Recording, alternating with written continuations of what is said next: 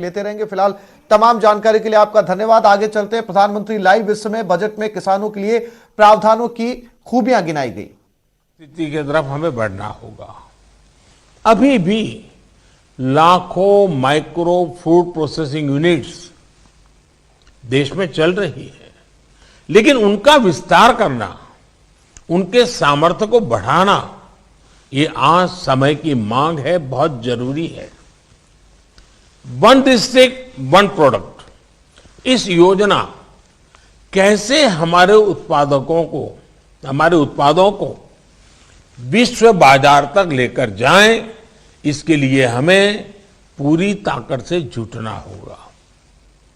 साथियों, सिर्फ खेती ही नहीं, यहां तक कि फिशरीज सेक्टर में प्रोसेसिंग का भी एक बहुत बड़ा स्कोप हमारे यहां है। भले ही हम दुनिया के बड़े फिश प्रोड्यूसर हैं, एक्सपोर्टर में से एक है, लेकिन प्रोसेस्ड फूड के इंटरनेशनल मार्केट में हमारी उपस्थिति बहुत सीमित है। भारत की फिश ईस्ट एशिया से होते हुए प्रोसेस्ड फॉर्म में विदेशी मार्केट तक पहुंची है। यह स्थिति हमें बदलनी होगी। साथियों, इसके लिए जरूरी रिफॉर्म्स के अलावा करीब 11,000 करोड़ रुपए की प्रोडक्शन लिंक इंसेंटिव्स की योजना भी सरकार ने बनाई है, जिसका लाभ इंडस्ट्री उठा सकती है। Ready to eat, ready to cook, फल सब्जियां हो, सी फूड हो, मोजारेला चीज हो, ऐसे अनेक उत्पादों को प्रोत्साहित किया जा रहा है। कोविड के बाद देश और विदेश में ऐसे बेहतरीन प्रोडक्ट्स की डिमांड कितनी बढ़ गई है, ये आप मुझसे बेहतर जानते हैं। साथियों, ऑपरेशन ग्रीन्स योजना के तहत किसान रेल के लिए सभी फलों और सब्जियों के परिवहन पर 50% सब्सिडी दी जा रही है। किसान रेल भी आज देश के कोल्ड स्टोरेज नेटवर्क का सशक्त माध्यम बनी है। ये किसान रेल छोटे किसानों, मछुआरों को बड़े बाजार और ज्यादा डिमांड वाले बाजार से जोड़ने में सफल हो रही है।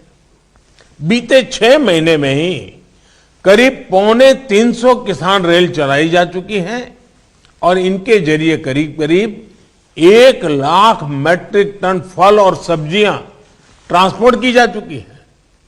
ये छोटे किसानों के लिए बहुत बड़ा माध्यम तो है ही, कंज्यूमर और इंडस्ट्री को भी इसका लाभ हो रहा है। साथियों, देश भर के जिलों के बीच में वहां पैदा होने वाले फल सब्जियों की प्रोसेसिंग के लिए क्लस्टर्स बनाने पर बल दिया जा रहा है।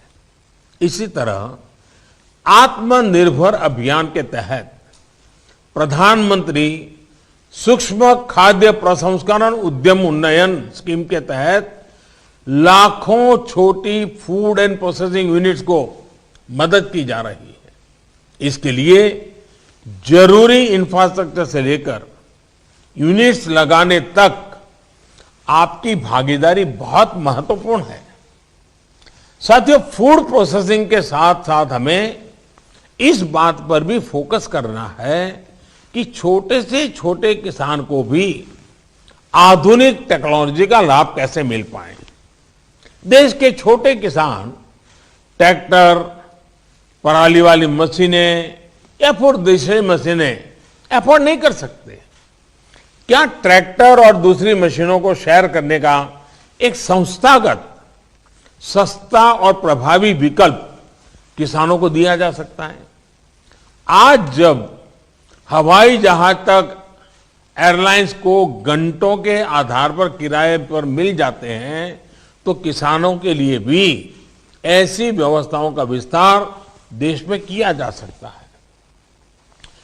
किसान की उपज मंडी तक पहुंचने के लिए ट्रक एग्रीगेटर्स का प्रयोग तो इस कोरोना काल में कुछ हद तक किया भी गया था और लोगों को अच्छा लगा था।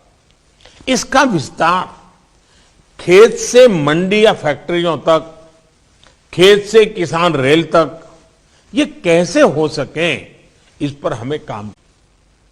अब हमें देश में सॉइल हेल्थ कार्ड की टेस्टिंग की सुविधा गांव-गांव तक पहुंचानी है। जैसे ब्लड टेस्टिंग की लैब्स होती हैं, पैथोलॉजी लैब होती हैं, उनका एक नेटवर्क होता है, वैसे ही हमें सॉइल टेस्टिंग के लिए भी करना है। और उसमें प्राइवेट पार्टी बहुत बड़ी मात्रा में जुड़ सकती है। और एक बार सॉइल टेस्टिंग का नेटवर्क बन जाए और किसान को सॉइल टेस्टिंग की आदत हो जाए, उसके अपने खेत की जमीन की सेहत कैसी है, उस जमीन के प्रति उसके अंदर जागरूकता आएगी, तो उसके सारे निर्णयों में बहुत बड़ा बदलाव आएगा। देश के किसान को जितना ज्यादा अपनी मिट्टी की सेहत के बारे में पता रहेगा, उतना ही अच्छे तरीके से वो फसल के उत्पादन पर प्रभाव पैदा करेगा। साथियों, एग्रीकल्चर सेक्टर में R&D को लेकर ज्यादातर योगदान पब्लिक सेक्टर का ही है। अब समय आ गया है कि इसमें प्राइवेट सेक्टर की भागीदारी बढ़े। R&D की जब बात आती है तो सिर्फ बीज तक ही सीमित नहीं, बल्कि मैं एक फसल से जुड़े पूरी साइंटिफिक इकोसिस्टम की बात कर रहा हूं। होलिस्टिक अप्रोच चाहिए, पूरा साइकिल होना चाहिए। हमें अब किसानों को ऐसे विकल्प देने हैं जिसमें वो गेहूं चावल उगाने तक ही सीमित न रहे। ऑर्गेनिक फूड से लेकर सलाद से जुड़ी सब्जियों तक ऐसी अनेक फसलें हैं जो हम आजमा सकते हैं। इसी तरह मैं आपको मिलेट्स के नए मार्केट को भी टैप करने का सुझाव दूंगा। मोटे अनाज के लिए भारत की एक बड़ी जमीन बहुत उपयोगी है। ये कम पानी में भी बेहतरीन उपज देते हैं। मिलेट्स की डिमांड पहले ही दुनिया में बहुत अधिक थी। अब कोरोना के बाद तो ये इम्यूनिटी बूस्टर के रूप में बहुत पॉपुलर हो चुका है।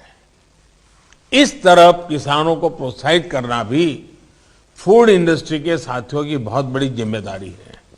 साथियों, सीवीड और बी वैक्स, आज हनी का हमारे यहां धीरे धीरे फैलाव हो रहा है और किसान भी हनी बी की दिशा में काम कर रहे हैं।